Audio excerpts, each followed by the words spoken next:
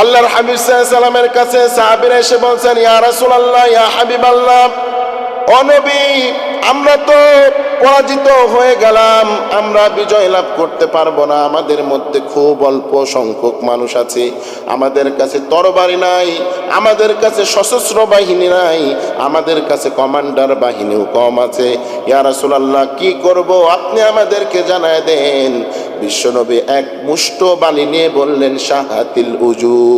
বিশ্বনবী কাফেরদের চোখের উপরে ছিটিয়ে দিয়েছেন, প্রত্যেকটা কাফেরের চোখের মধ্যে পৌঁছে গেল। বিশ্বনবী তাকিয়ে আছেন। আল্লাহ বলছেন, নবী, আপনি যখন বালুটা ছুঁড়ে মেরেছেন, আপনি মনে করেছেন আপনার বালুটা প্রত্যেকটা কাফেরের চোখে আপনার হাতের বালু পৌঁছেছে, আসলে না। ওয়ামা রামাইতা ইয রামাইতা ওয়ালাকিন্নাল্লাহা রামা। নবী, আপনি বালুটা ঠিকই ছুঁড়ে মেরেছেন, আসলে আপনি ছুঁড়ে মারার দায়িত্ব মেরেছেন। আমি আল্লাহ কুদরত দিয়ে প্রত্যেকটা কাফেরের চোখের মধ্যে ঢুকিয়ে অন্ধ করে দিয়েছি। আল্লাহ সাহায্য আছে না নাই?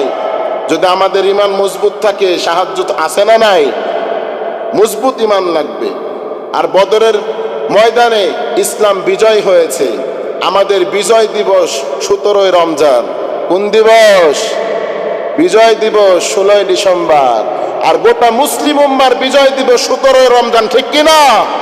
ওই দিন বিজয় দিবস হয়েছিল। আমরা আজকে 16তম রমজানে পদার্পণ করেছি। আগামীকাল 17তম রমজান আসবে।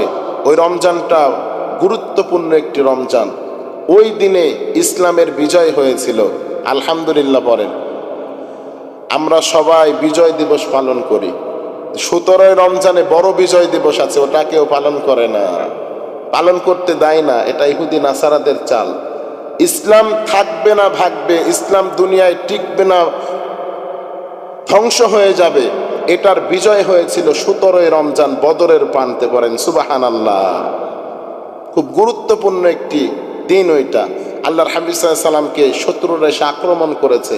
আবু জেহেল, আবু লাহাব, উতবা, শাইবা, মুগীরা সবাই মিলে বলল, মুহাম্মাদের ইসলামকে যদি ধ্বংস করতে চাও তাহলে একটা যুদ্ধের অ্যারেঞ্জমেন্ট করো, একটা যুদ্ধের ব্যবস্থা করো। যদি মুহাম্মাদকে আমরা যুদ্ধে পরাজিত করতে পারি আর মুহাম্মাদের বাহিনীগুলোকে কুচুকাটা করতে পারি, তাহলে মুহাম্মাদের ইসলামটা ওখানেই শেষ হয়ে যাবে। কিন্তু তারা জানে না মুহাম্মাদের সাথে সাহায্য আছে কার? আমার সাথে সাহায্য আছে কার? মিরেরচকবাসী, আমাদের সাথে সাহায্য আছে কার? আমাদেরকে রুখায় রাখার শক্তি কারো আছে? আমারে দাবায় রাখার শক্তি কারো আছে? আছে? কারো শক্তি নাই, দাবায় রাখতে কেউ পারে না। ইসলাম এমন একটা চারা, যে চারারে মাটির তলে দেবে দিলে ওখান থেকে সুবিশাল গাছে উপনীত হয়ে যায়। যে গাছ মানুষকে ছায়া দিয়ে তাকে মুসলমান করে জান্নাতের পথ দেখায়। এমন একটি বীজ, এই বীজরে রুখায় রাখতে পারে না, দাবায় রাখতে পারে না। কাফেররা মাটির তলে লুকায় রাখে, মাটি থেকে গাছ বের করে দেয় কে? আল্লাহর হাবিব সাল্লাল্লাহু আলাইহি সাল্লামকে যখন বলা হলো যে মক্কা থেকে সশস্ত্র বাহিনীরা, শত্রুরা, আপনার সব থেকে বড় শত্রু আবু জেহেল আপনাকে আক্রমণ করেছে, আপনি নাকি আবু সুফিয়ানকে ঘিরওয়ার করেছেন, এটাকে কেন্দ্র করে আল্লাহর হাবিব সাল্লাল্লাহু আলাইহি সাল্লাম দায়িত্বহীন কণ্ঠে একটা ভাষণ দিলেন আর বললেন, তোমরা সেই জান্নাতের দিকে ছোট যে জান্নাতের সুপ্রশস্ততা এত বিশাল, আসমান এবং জমিনকেও ছাড়িয়ে যাবে। পড়েন সুবহানাল্লাহ। আল্লাহর হাবিব সাল্লাল্লাহু আলাইহি সাল্লাম আর কোনোই কথা না বলে তিনি আল্লাহ রাব্বুল আলামিনের শিখানো বাক্যটাই পড়া শুরু করলেন, ওয়াসারিউ ইলা মাগফিরাতিম মির রাব্বিকুম ওয়া জান্নাতিন আরদুহা ফিস সামা। আল্লাহর হাবিব সাল্লাল্লাহু আলাইহি সাল্লাম বললেন, তোমরা সেই জান্নাতের দিকে ছোট যে জান্নাতের বিশালতা এত বেশি, যে জান্নাতের প্রশস্ততা এত বেশি। এই জান্নাতের প্রশস্ততা এত বেশি, দুনিয়ার মতো নয়। এই জান্নাতে একবার যে ব্যক্তি ঢুকতে পারবে, এই জান্নাতের মধ্যে বিষণতা পেয়ে তার জীবনটা ঠান্ডা হয়ে যাবে। পড়েন সুবহানাল্লাহ। যুবক একজন সাহাবী ওখানে দাঁড়িয়ে আছেন। বিশ্বনবী বললেন, ওয়াসারিউ ইলা মাগফিরা, তোমরা আল্লাহর ক্ষমার দিকে দৌড়াও, তোমরা আল্লাহর জান্নাতের দিকে দৌড়াও। এই কথা শোনার পরে সাহাবীর হাতের মধ্যে এক মুষ্টি খেজুর ছিল, সাহাবীর মুখের মধ্যে একটি খেজুর ছিল। সাহাবী বিশ্বনবীর সারিউ ইলা মাগফিরা শব্দ শোনার পরে খেজুরগুলো মাটিতে ফেলে দিয়েছেন। আরেকজন সাহাবী বলছেন, কি ব্যাপার, খেজুরগুলো কেন তুমি ফেলে দিলা? দুর্ভিক্ষর সময় ক্ষুধার্ত মানুষ আছে। তখন তিনি বললেন, এই খেজুরগুলো যদি আমি খাইতে যাই, খেজুরগুলো যদি আমি খাওয়া শুরু করে দিই, জান্নাতে যাওয়া আমার দেরি হয়ে যাবে। এই জন্য আমি খেজুরগুলো নিক্ষেপ করে বদরের দিকে দৌড় দিলাম। বিশ্বনবী বললেন, আসলে বদরের মাঠ হলো যুদ্ধের মাঠ নয়, বদরের মাঠ হলো যুদ্ধের মাঠ নয়, বদরের মাঠ হলো জান্নাতের মাঠ। ওই মাঠে যদি তোমরা যাও, বেঁচে যাও গাজী হয়ে যাবা, আর মরে গেলে শহীদ হয়ে যাবা, মরে গেলেও তোমরা জান্নাতি। আর বদরের ময়দানে যে সাহাবীগুলো বেঁচে আসবে, আমি নবী বললাম, তারাও হবে জান্নাতি। কত বরকতপূর্ণ একটি যুদ্ধে সাহাবীরা অংশগ্রহণ করেছে। 313 জন সাহাবী। কতজন? কাফের বাহিনী 900 থেকে মতান্তরে 1000। মুসলমানদের কাছে কি ছিল? কিচ্ছু নাই, 2টা ঘোড়া, 70টা উট, আর খেজুরের ডাল আছে, কয়েকটা খেজুরের ডালা আর কয়েকটা তরবারি আছে। এটা নিয়ে যুদ্ধ করতে গেছে। সৈন্যবাহিনী কম, সশস্ত্র বাহিনী কম, কমান্ডার কম, কিন্তু একজন কমান্ডার আছে, তার নাম হলো মুহাম্মাদুর রাসূলুল্লাহ। দিককে পরিবর্তন করে দেয় যে লিডার, অসাধ্যকে সাধন করে যে লিডার, সেই লিডার আছে তাদের সাথে। আবু জেহেলদের কাছে সশস্ত্র বাহিনী আছে, অগণিত উট আছে, তরবারি আছে, কিন্তু মাগার হিম্মতালা লিডার নাই। কি নাই? লিডার নাই। আবু জেহেল আসলো যুদ্ধের ময়দানে, আবু জেহেলকে ঘিরে রাখছে প্রায় 70 জন সাহাবী। ওইদিকে কাফেররা ঘিরে রেখেছে আবু জেহেলকে, আবু জেহেলের কাছে যাওয়া যায় না। মুআজ এবং মুআজ 2 জন ছোট্ট বাচ্চা আবু জেহেলকে চিহ্নিত করে নিয়ে বলছেন, আবু জেহেল কোনটা? আইনা আবু জেহেল। আবু জেহেলকে তো বললে, ওই যে উটের উপর বসে আছে ওটা হলো আবু জেহেল। 17 রমজান 2টা বাচ্চা যে আবু জেহেলকে কুচকাটা করে ফেলেছে। বড় বড় লিডারের মৃত্যু ছোট ছোট ব্যক্তিদের হাতে হয়। নমরুদের মৃত্যু কার হাতে হয়েছে? ন্যাংরা মশার হাতে। ফেরাউনের মৃত্যু কার হাতে? পানিতে ডুবে মারা গেছে। পানি খাচ্ছে আর বলছেন, আনা মিনাল মুসলিমিন, আমি হলাম মুসলমান। যত বড় সন্ত্রাসী আর টেররিস্ট হবে, ওর মৃত্যু আল্লাহ খুব অল্প সামান্য লজ্জিত মৃত্যু তাকে দান করবে। ক্ষমতা কি চিরস্থায়ী? ক্ষমতা কি চিরস্থায়ী? না। আবু জেহেলকে ধরাশ্রয় করে ফেললো, পা কেটে ফেললো। আব্দুল্লাহ ইবনে মাসউদ এই রমজানে তিনি কাবা ঘরের সামনে তেলাওয়াত করছিলেন সূরা আর রহমান। এই তেলাওয়াত শুনে আবু জেহেল থাপ্পড় দিয়ে তার কানকে ঠসা করে দিয়েছেন আব্দুল্লাহ ইবনে মাসউদকে। আব্দুল্লাহ ইবনে মাসউদ ওই দিনে বলেছিলেন, আল্লাহ যদি আমাকে কখনো কবুল করে নাই, তুই আমাকে কোরআন পড়ার জন্য কানটা ঠসা করে দিলি, রক্ত বের করে দিলি, আল্লাহ যদি আমাকে কখনো কবুল করে নাই, আমিও তোর কান ঠসা করে দেব। আব্দুল্লাহ ইবনে মাসউদ ওখানে যে দেখছেন আবু জেহেল লড়াচড়া করে, নিঃশ্বাস নাই, তিনি যে তার কানের উপরে একটা থাপ্পড় দিয়ে দিলেন আর আবু জেহেলের গলা কাটতে লাগলেন। আবু জেহেল বলছেন, আমি হলাম লিডার মানুষ, আমার গলাটা একটু বড় করে কাটো। কি বলছে? গলাটা একটু বড় করে কাটো। মানে মৃত্যুতে চলে আসছে, শয়তানি কমে নাই।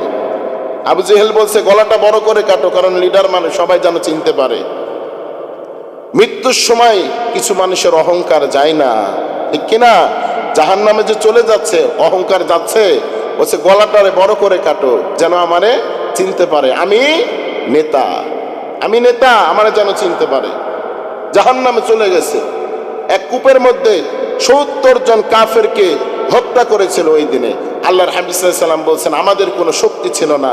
আল্লাহ বলছেন, নবী হে, ওই দিনে তো আপনি পরাজিত, ভয়ে কান্না শুরু করেছিলেন, আপনার সাহাবীরা ভীত সন্ত্রস্ত হয়েছিল, তাদের আক্রমণ, তাদের ঘোড়ার খুরের শব্দ শুনে পাগল পারা হয়েছিলেন। ওই দিনে আপনি আপনার রবের কাছে দোয়া করেছিলেন, আপনার রব তো ওই দিনে আপনাকে দোয়া কবুল করে বিজয় দান করেছিল। পড়েন সুবহানাল্লাহ। আল্লাহর হাবিব সাল্লাল্লাহু আলাইহি ওয়াসাল্লামের কাছে সাহাবীরা এসে বলছেন, ইয়া রাসূলুল্লাহ, ইয়া হাবিবাল্লাহ, ও নবী, আমরা তো পরাজিত হয়ে গেলাম, আমরা বিজয় লাভ করতে পারবো না। আমাদের মধ্যে খুব অল্প সংখ্যক মানুষ আছে, আমাদের কাছে তরবারি নাই, আমাদের কাছে সশস্ত্র বাহিনী নাই, আমাদের কাছে কমান্ডার বাহিনীও কম আছে। ইয়া রাসূলুল্লাহ, কি করব আপনি আমাদেরকে জানায় দেন।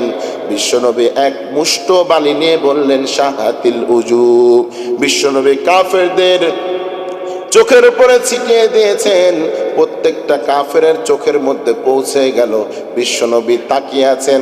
আল্লাহ বলছেন, নবী আপনি যখন বালুটা ছুঁড়ে মেরেছেন, আপনি মনে করেছেন আপনার বালুটা প্রত্যেকটা কাফেরের চোখে আপনার হাতের বালু পৌঁছেছে, আসলে না।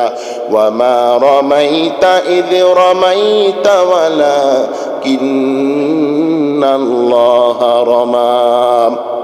নবী আপনি বালুটা ঠিকই ছুঁড়ে মেরেছেন, আসলে আপনি ছুঁড়ে মারার দায়িত্ব মেরেছেন, আমি আল্লাহ কুদরত দিয়ে প্রত্যেকটা কাফেরের চোখের মধ্যে ঢুকিয়ে অন্ধ করে দিয়েছি। আল্লাহ সাহায্য আছে না নাই? যদি আমাদের ইমান মজবুত থাকে, সাহায্য আছে না নাই? মজবুত ইমান লাগবে। আর বদরের ময়দানে ইসলাম বিজয় হয়েছে। আমাদের বিজয় দিবস 17 রমজান। কোন দিবস? বিজয় দিবস 16 ডিসেম্বর। আর গোটা মুসলিম উম্মার বিজয় দিবস 17 রমজান, ঠিক কিনা? ওই দিন বিজয় দিবস হয়েছিল। ইসলাম থাকবে না, চলে যাবে, ইসলাম থাকবে না ভাববে। গোটা পৃথিবীর পরাশক্তিগুলো একত্রিত হয়েছে। এমন যেমন ইরানের বিরুদ্ধে গোটা পরাশক্তিগুলো, মধ্যপ্রাচ্যের গোটা পরাশক্তিগুলো ইরানের বিরুদ্ধে দাঁড়িয়েছে, মিসাইল হামলা করছে, চারিদিক থেকে বোম্বিং করছে, বিমান উঠছে, তাদের ইমানকে দাবায় রাখতে পারছে? মরণ কামড় দিয়েছে। কোন কামড়? হয় বাঁচবো না হলে মরবো।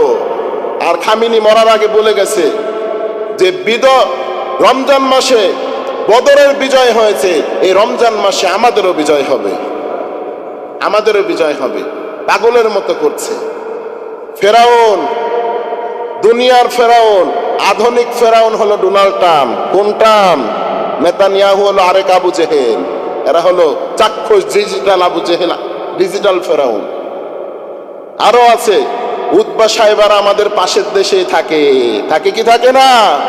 মাঝে মধ্যে নাচ গান করে, নেতাদের সাথে হাত মিলায়। আমাদের আশেপাশে উতবা সাহেবা আছে না নাই? মগিরা আছে না নাই? চিহ্নিত করে রাখতে হবে।